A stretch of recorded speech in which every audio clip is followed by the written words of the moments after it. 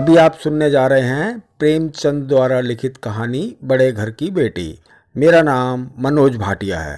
तो चलिए शुरू करते हैं कहानी बड़े घर की बेटी। बैनी माधव सिंह गोरीपुर गांव के जमींदार और नंबरदार थे। उनके पिता किसी समय बड़े धन धान्य संपन्न थे। गांव का पक्का तालाब और मंदिर, जिसकी अब मरम्मत भी मुश्किल थी, उन्हीं के कीर्ति स्तंभ थे। कहते हैं इस दरवाजे पर हाथी झूमता था। अब इसकी जगह एक बूढ़ी भैंस थी, जिसके शरीर में अस्थि पंजर के सिवा और कुछ शेष न रहा था, पर दूध शायद बहुत देती थी, क्योंकि एक ना एक आदमी हांडी लिए उसके सर पर ही सवार रहता था। बैनी माधव सिंह अपनी आधी से अधिक संपत्ति वकीलों को भेंट कर चुके थे। उनकी वर्तमान आय 1000 रुपये वार्षिक से अधिक न थी। ठाकुर साहब के 2 बेटे थे। बड़े का नाम श्रीकंठ सिंह था। उसने बहुत दिनों के परिश्रम और उद्योग के बाद बीए की डिग्री प्राप्त की थी। अब एक दफ्तर में नौकर था। छोटा लड़का लाल बिहारी सिंह धोरे बदन का सजीला जवान था। भरा हुआ मुखड़ा, चौड़ी छाती, भैंस का 2 सेर ताज़ा दूध वह सवेरे उठकर पी जाता था। श्रीकंठ सिंह की दशा इसके बिल्कुल विपरीत थी। बीए इन 2 अक्षरों ने उनके शरीर को निर्बल और चेहरे को कांतिहीन बना दिया था। इसी से वैद्यक ग्रंथों पर उनका विशेष प्रेम था। आयुर्वेदिक औषधियों पर उनका अधिक विश्वास था। शाम सवेरे से उनके कमरे से पराए खरल की सुरीली कर्ण मधुर ध्वनि सुनाई दिया करती थी। कलकत्ते के वैद्यों से बड़ी लिखा पड़ी रहती थी। श्रीकंठ की पत्नी आनंदी एक बड़े उच्च कुल की लड़की थी। उसके बाप एक छोटी सी रियासत के ताल्लुकेदार थे। विशाल भवन, 1 हाथी, 3 कुत्ते, बाज, बहरी शिकरे, झाड़ फानुस, ऑनररी मजिस्ट्रेटी और ऋण, जो एक प्रतिष्ठित ताल्लुकेदार के भोग्य पदार्थ हैं, सभी यहाँ विद्यमान थे। नाम था भूप सिंह। बड़े उदारचित और प्रतिभाशाली पुरुष थे, पर दुर्भाग्य की मार देखिए, लड़का एक भी ना था। 7 लड़कियां हुईं और देव योग से सब की सब जीवित रहीं। पहली उमंग में तो उन्होंने 3 ब्याह दिल खोल कर किए, पर 15-20 हजार रुपये का कर्जा जब सर पर हो गया तो आंखें खुली, हाथ समेट लिए। आनंदी चौथी लड़की थी। वह अपनी बहनों से अधिक रूपवती और गुणवती थी। इससे ठाकुर भूप सिंह उसे बहुत प्यार करते थे। सुंदर संतान को कदाचित उसके माता पिता भी अधिक चाहते हैं। ठाकुर साहब बड़े धर्म संकट में थे कि इसका विवाह कहाँ करें। ना तो यही चाहते थे कि ऋण का बोझ बढ़े, और ना ही यही स्वीकार था कि उसे अपने को भाग्यहीन समझना पड़े। एक दिन श्रीकंठ उनके पास किसी चंदे का रुपया मांगने आया। शायद नागरी प्रचार का चंदा था। भूप सिंह उसके स्वभाव पर रीझ गए और धूमधाम से श्रीकंठ का आनंदी से विवाह हो गया। आनंदी अपने नए घर में आई तो यहाँ का रंग ढंग कुछ और ही देखा। जिस टीम टाम की उसे बचपन से ही आदत पड़ी हुई थी, वह यहाँ नाम मात्र को भी ना थी। हाथी घोड़ों का तो कहना ही क्या, कोई सजी हुई सुंदर बहली तक ना थी। रेशमी सलीपर साथ लाई थी, पर यहाँ बाग कहाँ। मकान में खिड़कियाँ तक ना थी, ना ज़मीन पर फर्श, ना दीवारों पर तस्वीरें। यह एक सीधा साधा देहाती गृहस्थ का मकान था। किंतु आनंदी ने थोड़े ही दिनों में अपने को इस नई अवस्था के ऐसे अनुकूल बना लिया मानो उसने विलास के सामान कभी देखे ही ना थे। एक दिन दोपहर के समय लाल बिहारी सिंह 2 चिड़िया लिए हुए आया और भावच से बोला, जल्दी से पका दो, मुझे भूख लगी है। आनंदी भोजन बनाकर उसकी राह देख रही थी। अब वह नया व्यंजन बनाने बैठी। हांडी में देखा तो घी पाव भर से अधिक न था। बड़े घर की बेटी किफ़ायत क्या जाने, उसने सब घी मांस में डाल दिया। लाल बिहारी खाने बैठा तो दाल में घी ना था। बोला, दाल में घी क्यों ना छोड़ा? आनंदी ने कहा, घी सब मांस में पड़ गया। लाल बिहारी जोर से बोला, अभी परसों घी आया है, इतना जल्दी कैसे उठ गया? आनंदी ने उत्तर दिया, आज तो कुल पाव भर रहा होगा, वह सब मैंने मांस में डाल दिया।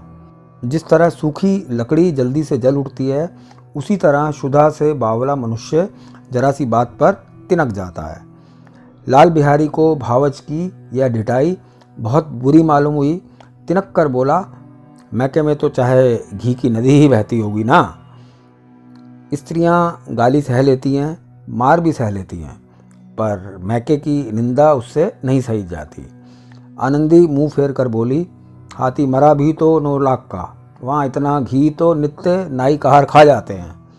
लाल बिहारी जल गया, थाली उठाकर पलट दी और बोला, जी चाहता है जीप पकड़कर खींच लूं। आनंदी को भी क्रोध आ गया, मुंह लाल हो गया। बोली, वह होते तो आज इसका मजा चखाते। अब ऐपड़ उज्जर ठाकुर से ना रहा गया। उसकी स्त्री एक साधारण जमींदार की बेटी थी। जब जी चाहता उस पर हाथ साफ कर लिया करता था। खड़ाऊं उठाकर आनंदी की ओर जोर से फेंकी और बोला, जिसके गुमान पर भूली हुई हो उसे भी देखूंगा और तुम्हें भी। आनंदी ने खड़ाऊं हाथ से रोकी, सर बच गया, पर उंगली में बड़ी चोट आई। क्रोध के मारे हवा से हिलते हुए पत्ते की भांति कांपते हुए अपने कमरे में आ गई। श्रीकंठ शनिवार को घर आया करते थे। बृहस्पति को यह घटना हुई थी। 2-3 दिन तक आनंदी को भवन में रही, ना कुछ खाया न पिया, उनकी बाट देखती रही।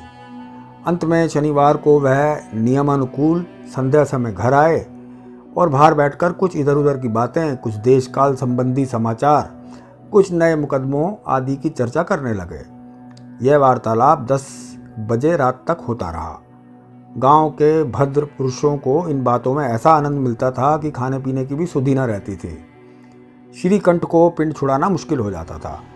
ये 2-3 घंटे आनंदी ने बड़े कष्ट से काटे। किसी तरह भोजन का समय आया, पंचायत उठी। एकांत हुआ तो लाल बिहारी ने कहा, भैया आप जरा भाभी को समझा दीजिए कि मुंह संभाल कर बातचीत किया करे, नहीं तो एक दिन अनर्थ हो जाएगा। हाँ। बेनी माधव सिंह ने बेटे की ओर से साक्षी दी। हाँ बहू बेटियों का यह स्वभाव अच्छा नहीं लगता कि मर्दों के मुंह लगे। लाल बिहारी ने कहा, वह बड़े घर की बेटी है तो हम भी कोई कुर्मी कुम्हार नहीं है। श्रीकंठ ने चिंतित स्वर में पूछा, आखिर बात क्या हुई? लाल बिहारी ने कहा, कुछ भी नहीं, यूं ही आप से उलझ पड़ी। मैके के सामने हम लोगों को जैसे कुछ समझती ही ना हो। श्रीकंठ खा पीकर आनंदी के पास आए। वह भरी बैठी थी। यह हजरत भी कुछ तीखे थे। आनंदी ने पूछा, चित्त तो प्रसन्न है आपका? श्रीकंठ बोले, बहुत प्रसन्न है, पर तुमने आजकल क्या घर में तमाशा खड़ा कर रखा है? आनंदी की त्योरियों पर बल चढ़ गए। झुंझलाहट के मारे बदन में ज्वाला सी दहक उठी। बोली, जिसने तुम्हें यह आग लगाई है उसे पाऊं तो मुंह झुलस दूं। श्रीकंठ ने पूछा, इतनी गर्म क्यों होती हो, बात तो बताओ।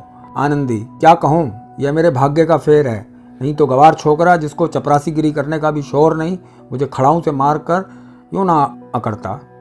श्रीकंठ, सब हाल साफ साफ कहो तो मालूम हो, मुझे तो कुछ पता भी नहीं।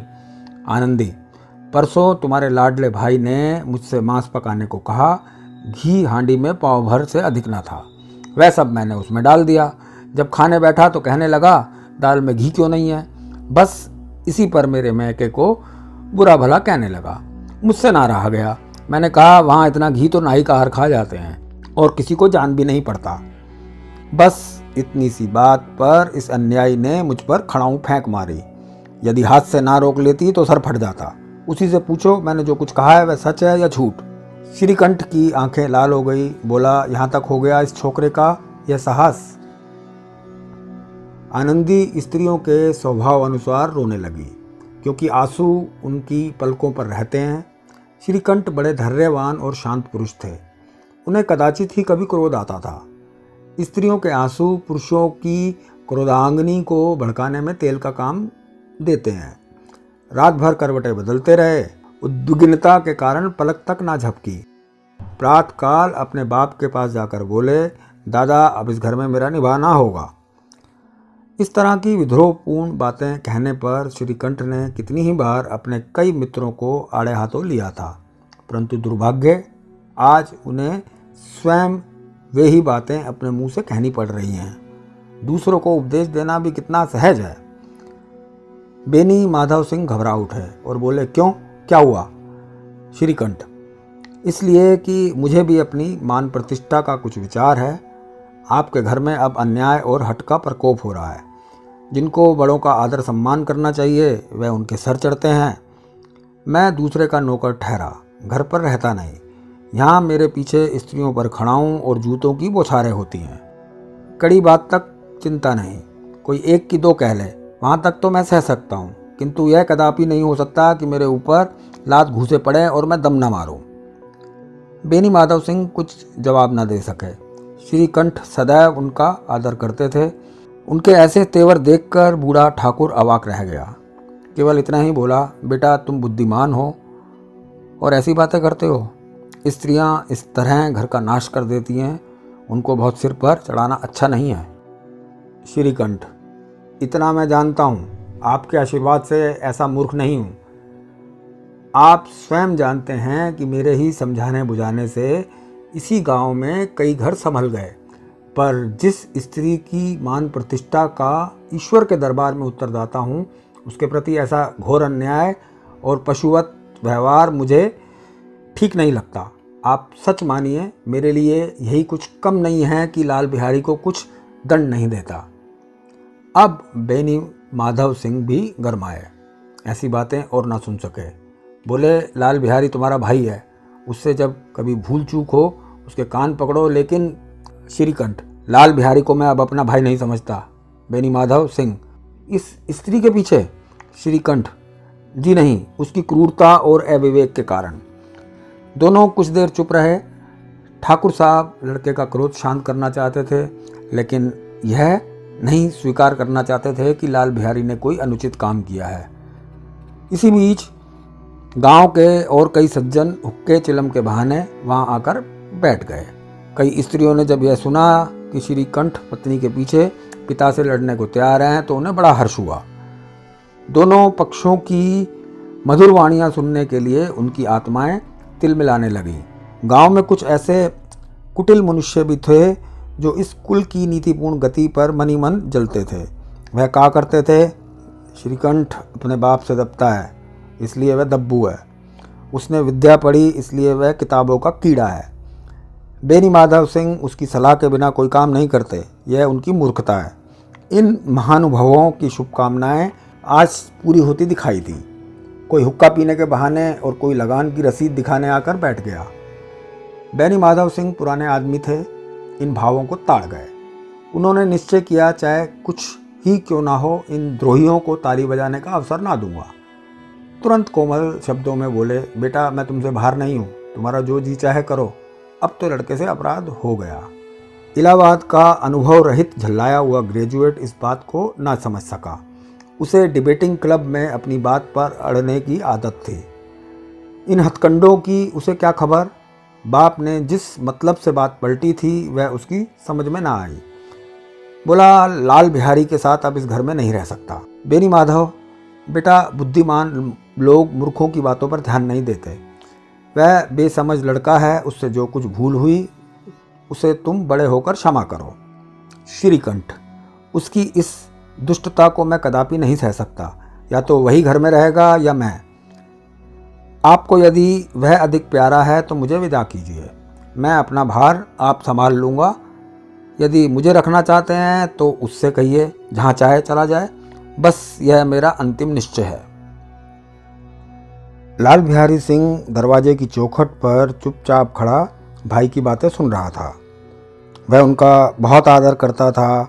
उसे कभी इतना साहस ना हुआ था कि श्रीकंठ के सामने चारपाई पर बैठ जाए, हुक्का पी ले या पान खा ले। बाप का भी वह इतना मान ना करता था। श्रीकंठ का भी उस पर हार्दिक स्नेह था। अपने होश में उन्होंने कभी उसे घुड़का तक ना था। जब वह इलाहाबाद से आते तो उसके लिए कोई ना कोई वस्तु अवश्य लाते। मुकद्दर की जोड़ी उन्होंने ही बनवा दी थी।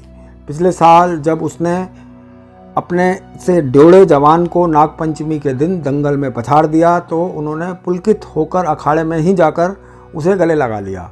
5 रुपए के पैसे लुटाए थे।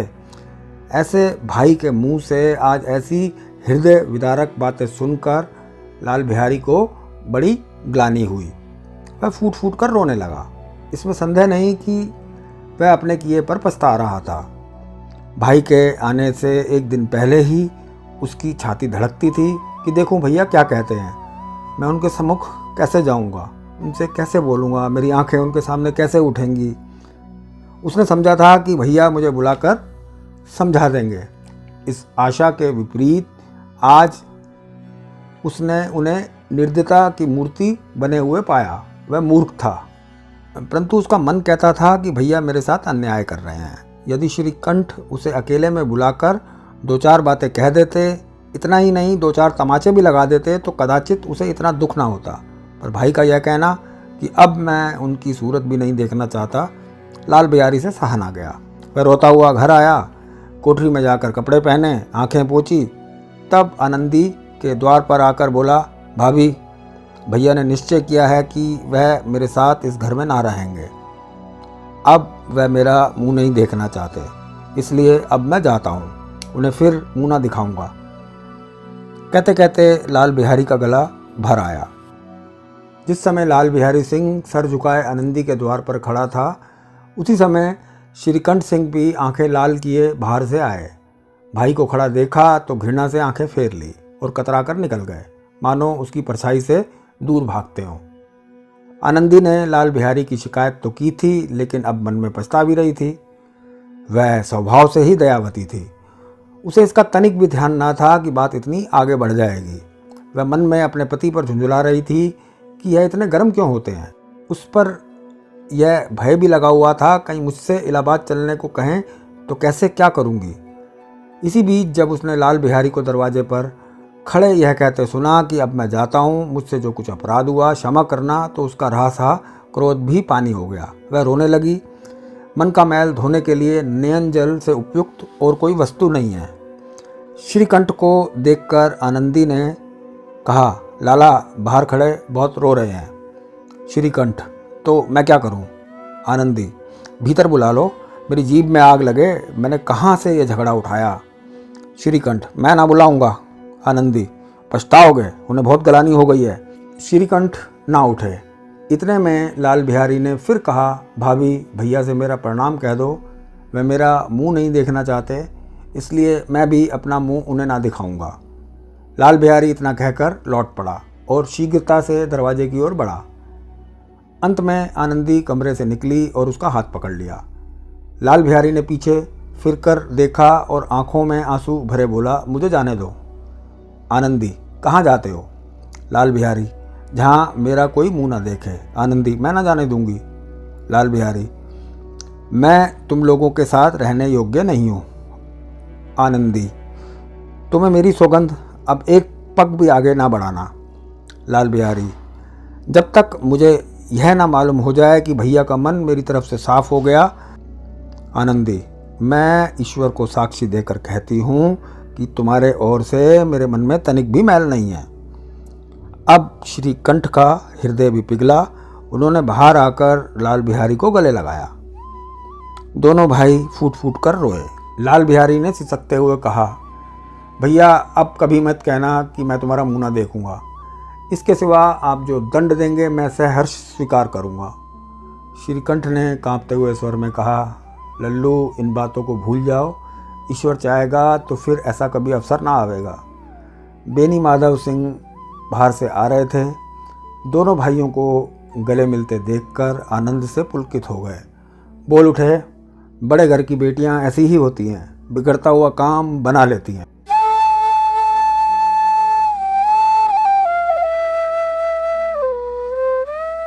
गांव में जिसने भी यह वृत्तांत सुना, उसी ने इन शब्दों में आनंदी की उदारता को सराहा। बड़े घर की बेटियां ऐसी ही होती हैं, बड़े घर की बेटियां ऐसी ही होती हैं। दोस्तों, हम उम्मीद करते हैं कहानी आपको पसंद आई होगी। कहानी को आप अपने दोस्तों के साथ, परिवार के अन्य सदस्यों के साथ शेयर कीजिए, लाइक कीजिए और हमारे चैनल को सब्सक्राइब कीजिए। और हाँ, मेरा नाम है मनोज भाटिया। आते रहिएगा। लाइफ झरोके पर कहानियों का सिलसिला यूं ही चलता रहेगा।